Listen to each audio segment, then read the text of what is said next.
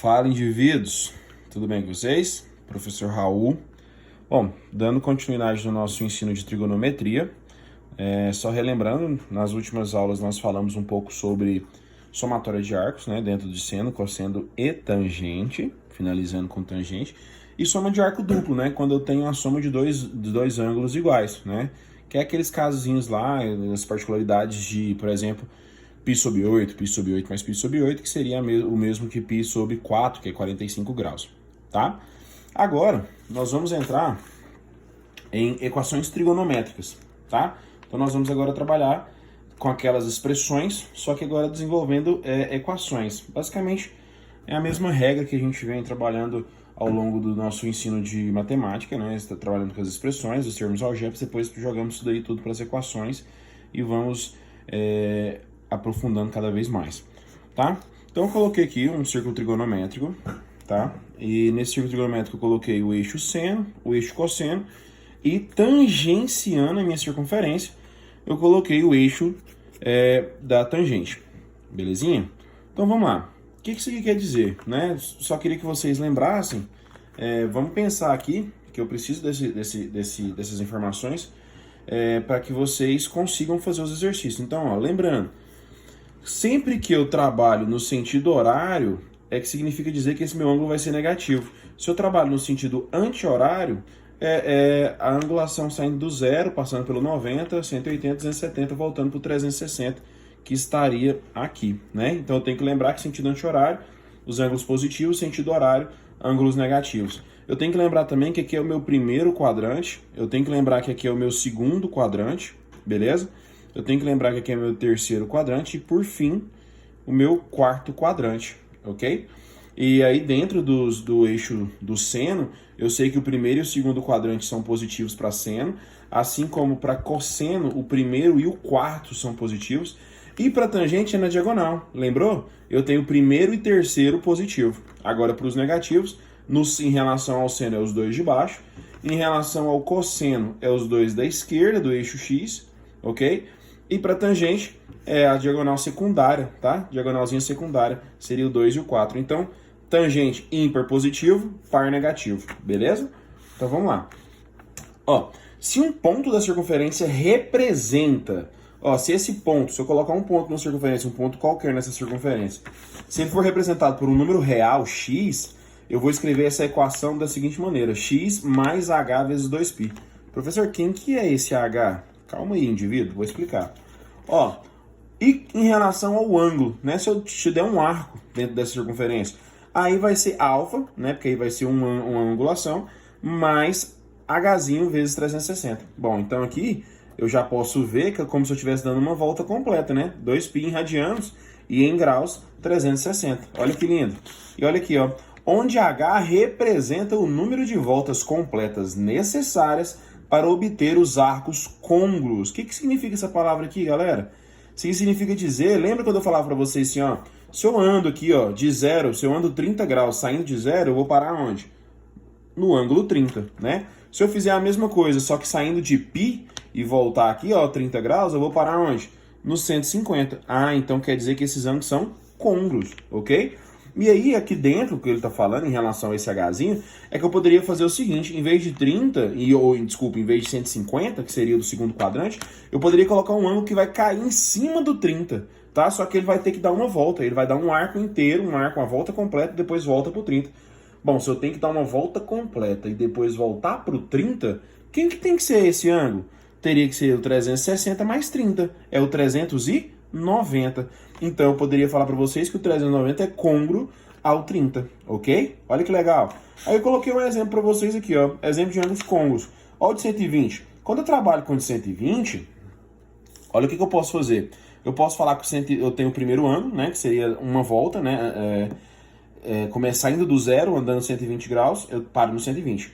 Saindo do zero, dando uma volta e andando mais 120, aí eu posso... Tá vendo que eu coloquei um mais e um menos aqui? Por que isso, professor? Porque eu posso sair no sentido anti-horário, mas eu também posso sair no sentido horário. Perfeito. Então aqui eu tenho de 360, 720 e 1080. O que isso quer dizer, professor? Aqui quer dizer que eu dei uma volta, aqui eu dei duas voltas, aqui eu dei 3 voltas. E aí essa volta pode ser positiva ou negativa, sendo sentido horário ou anti-horário.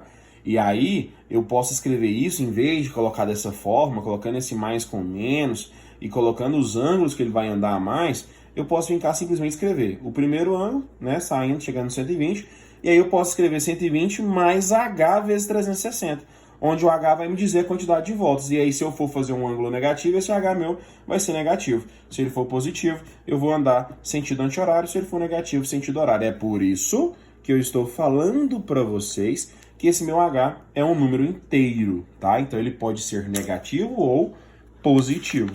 Ok? Ficou claro aqui? Então, vamos lá. Sabendo disso, vamos fazer uns exercícios aqui? Olha o que eu falei para vocês. Resolva, em função do conjunto dos reais, as seguintes equações. Olha a equação que eu dei para vocês. Seno de x é igual a seno de π sobre 7. Galerinha, presta atenção aqui. Olha essa atenção que eu acabei de colocar aqui para vocês. Como π sobre 7 está no primeiro quadrante, esse valor é positivo. Mas, isso que a gente já sabe. Se o seno é um ângulo que está no primeiro quadrante, tanto no primeiro quanto no segundo é positivo. Ok. Mas, então eu estou fazendo em função de x. Eu sei que esse x é positivo. Mas se ele é em relação a seno, eu posso falar para vocês que ele pode estar ou no primeiro ou no segundo quadrante. Então o meu conjunto de solução tem que estar essas duas condições. Aí eu escrevi aqui, ó. Então esse x pode ser igual a π sobre 7 mais h vezes 2π, porque eu não sei se vai ter mais de uma volta, ok? Então eu coloco desse jeito. Se tiver alguma volta, é só multiplicar aqui, belezinha, belezinha. Ou π menos π sobre 7. Por que eu coloquei π menos π sobre 7? É porque do π lá, né, no 180, colocando no segundo quadrante, 180 eu vou ter que voltar exatamente em π sobre 7 para chegar num ângulo que esteja na mesma simetria do que π sobre 7. Então deu 6π sobre 7, seria o ângulo que estaria no segundo quadrante. Tá? Então o meu conjunto de solução ficou aqui, ó.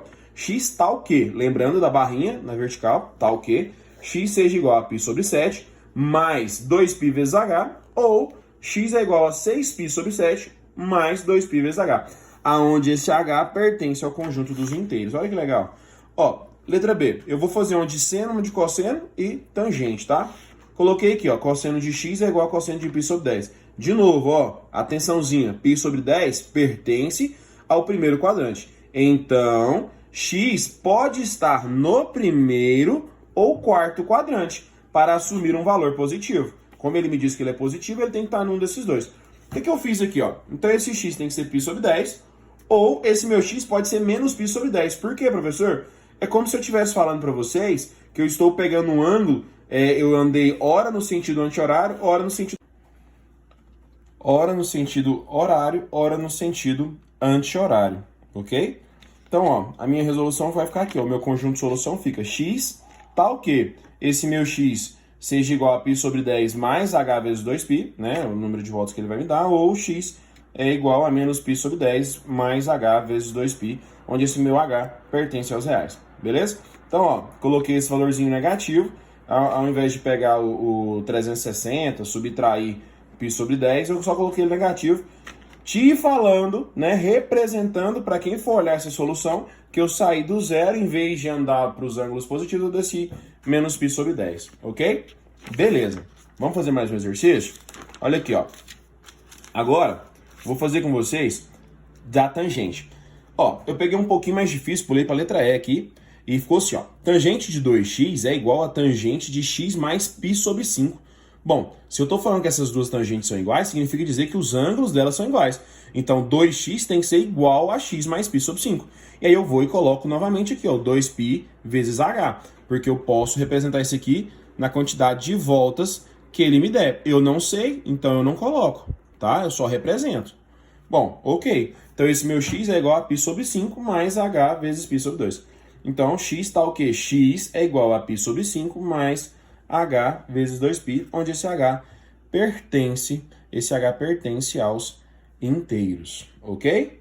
Beleza. Bom, questão 2, resolva em relação ao conjunto dos reais. Ó, o que ele me dá aqui? Tangente ao quadrado de x é igual a 1. O que eu fiz? Joguei raiz quadrada de ambos os lados para extrair o expoente 2. Sumi com esse expoente 2 daqui. Então eu tenho que tangente de x é igual a mais ou menos 1, certo? Aí eu vou ter que fazer duas condições. Para quando essa minha tangente de x for igual a 1, então, ó, para tangente de x igual a 1, ou para tangente de x igual a menos 1. E aí nós temos, dentro do tangente de x igual a 1, eu posso ter π sobre 4 e 5π sobre 4, que seria no primeiro quadrante e no terceiro quadrante, ok? Primeiro quadrante, terceiro quadrante. Bom, e aqui, para menos 1, seria no segundo quadrante e no quarto quadrante. Então, ó, quadrantes ímpares, resultado positivo, quadrantes pares, resultado negativo. Beleza? Então, o conjunto de minha solução vai ficar um pouquinho grande. Eu vou ter que colocar todas essas 4 opções, tá? Então, ó, x tal que x pode ser π sobre 4, ou 5π sobre 4, ou 3π sobre 4, ou 7π sobre 4. Beleza? Galerinha, vamos ficando por aqui então. Espero que vocês tenham entendido, tenham gostado da nossa videoaula. Beijo para vocês, até a próxima.